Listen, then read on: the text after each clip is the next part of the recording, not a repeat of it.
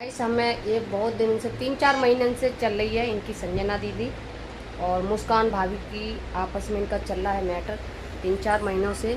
और इसमें आप लोगों को पता है क्या समझ में आता है, बहुत लोग इनको ट्रोल करते हैं, कभी मुस्कान दीदी को इतना गलत बोलते हैं, भाभी को, मुस्कान भाभी हैं हमारी इटावा की हैं तो भाभी हैं, ठीक है। लेकिन इसमें गलती किसी की भी नहीं है, ना मुस्कान भाभी की गलती है, ना संजना दीदी की गलती है, ना संजना दीदी की मम्मी की गलती है। सिर्फ उसमें गलती क्या है, किन की है पता है? अच्छे भैया की।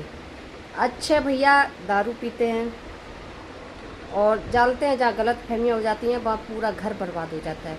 आप लोगों को ये तो पता होगा कि जहाँ गलत फहमियाँ हो जाती हैं, और लोग पता है कि दारू वालन का घर बहुत कम ऐसा होता है जो घर चल जाए।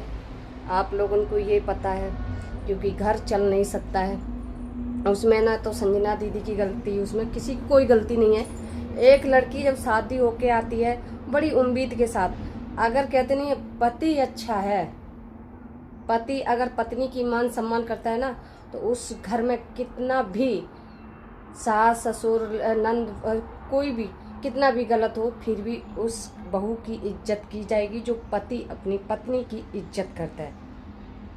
और जो पति पत्नी की इज्जत नहीं करेगा तो वहाँ लड़की की हमेशा, वो औरत की, वो बहू की ज़िंदगी एकदम ख़त्म, नरक। और उसी वजह से इनकी एकदम लड़ाइयाँ चलती हैं, लोग समझ नहीं पा रहे। और उसी कहते नहीं है कि अच्छे भैया दारू पीते हैं, और लोग पता है पीने के बाद कुछ लोग ऐसे होते हैं पिन लगाने में रहते हैं कि पीने वाले को पता ही है कि उनके दिमाग में चढ़ती है तो उसी चीज़ को लेके बैठ जाते हैं लोग, उसी चीज़ में फिर घर में होती है लड़ाई, होती है नहीं होती है, ये आप लोग कमेंट में बताना।